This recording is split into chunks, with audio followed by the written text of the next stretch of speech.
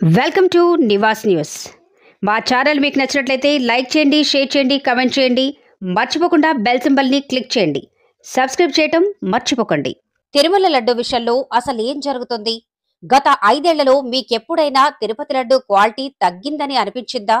ఎందుకంటే ఈరోజు దేశమంతా ఒకటే డిస్కషన్. తిరుపతి లడ్డు క్వాలిటీ గురించి ఏపీ సీఎం చంద్రబాబు నాయుడు చేసిన హాట్ కామెంట్స్ పెద్ద దుమారమే లేపాయి. జగన్ ప్రభుత్వం హయాంలో తిరుపతి లడ్డు క్వాలిటీ తగ్గిందని, లడ్డు తయారు చేయడానికి యానిమల్ ఫ్యాట్ కలిపి ఉన్న నెయ్యిని వాడటమే దానికి కారణమని ఏపీ సీఎం చంద్రబాబు నాయుడు ఒక ల్యాబ్ రిపోర్టు బయటపెట్టారు.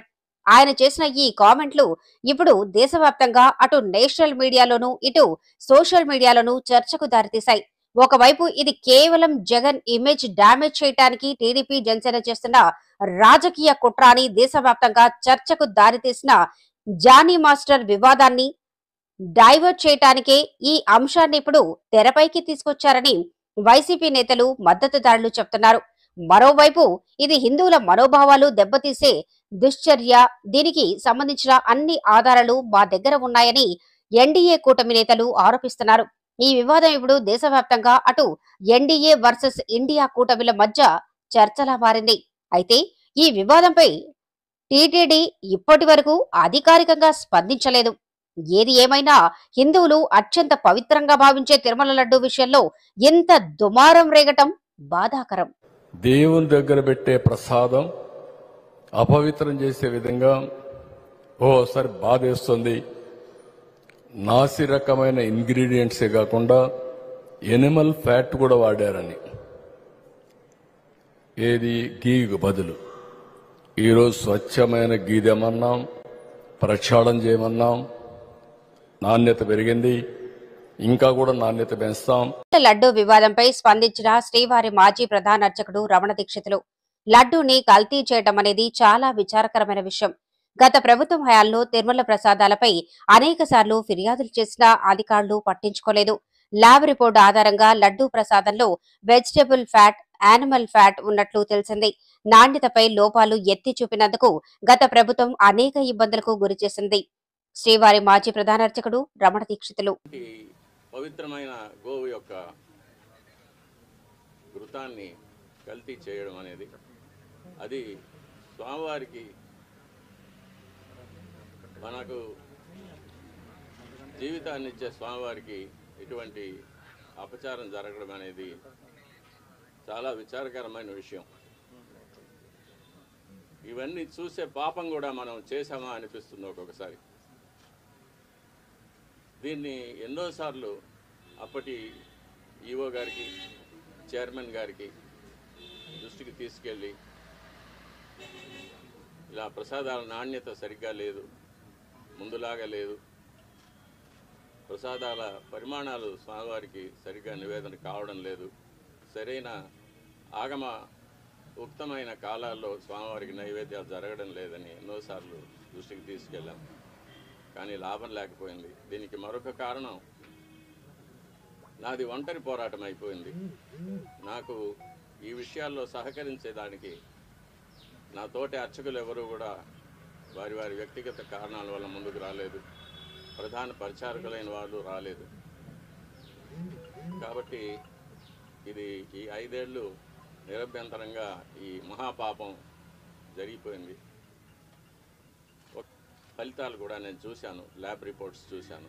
ఇందులో కూడా వెజిటబుల్ ఫ్యాటు, అనిమల్ ఫ్యాటు, జంతువుల యొక్క కొవ్వు పదార్థం, స్థావరాల యొక్క, జంగమాల యొక్క కొవ్వు పదార్థాలు కలిసినట్టుగా ల్యాబ్ రిపోర్ట్ను చూశాను. పరిశుద్ధమైన ఆవు పాలతో తయారు చేసిన నెయ్యిలో అది స్థావరమైనా కానీ జంగమమైనా కానీ కొవ్వు పదార్థాలు కలవడానికి వీలు లేదు. అది ఇంప్యూరిటీస్ కింద లెక్క వస్తుంది. ఎన్నోసార్లు ఇది దృష్టికి తీసుకొచ్చాను, ఈవో గారి దృష్టికి, చైర్మన్ గారి దృష్టికి, కానీ ఎవరు దీన్ని పట్టించుకోలేదు. కాబట్టి అది అలాగే జరుగుతూనే వచ్చింది. నేను చూసి బాధపడటం తప్ప నేను ఇంకేమీ చేయలేకపోయాను. దీనివల్ల నేను చాలా ఇబ్బందులు పడాల్సి వచ్చింది. అయినా పర్వాలేదు, మా స్వామి కోసం నేను ఇది చేస్తున్నాను.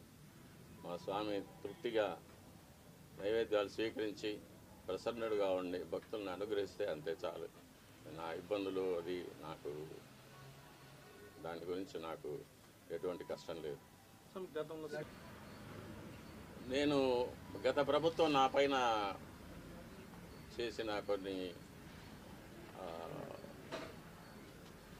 కోర్టు కేసుల వల్ల నేను ఆలయానికి దూరంగా ఉండవలసి వచ్చింది. అంటే ప్రధాన అర్చక పదవికి దూరంగా ఉండవలసి వచ్చింది.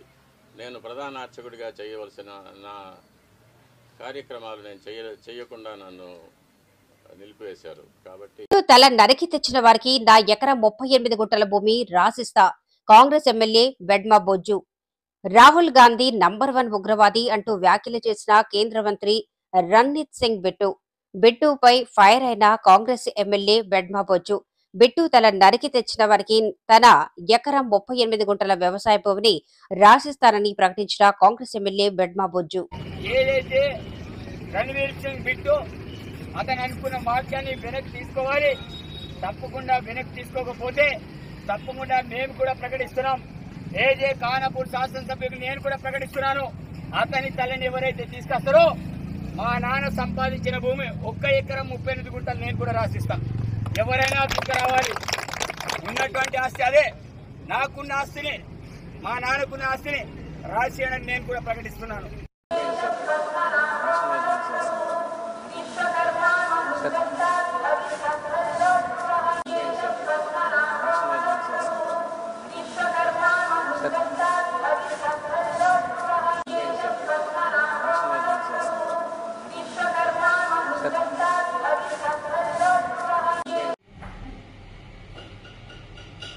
Namaste.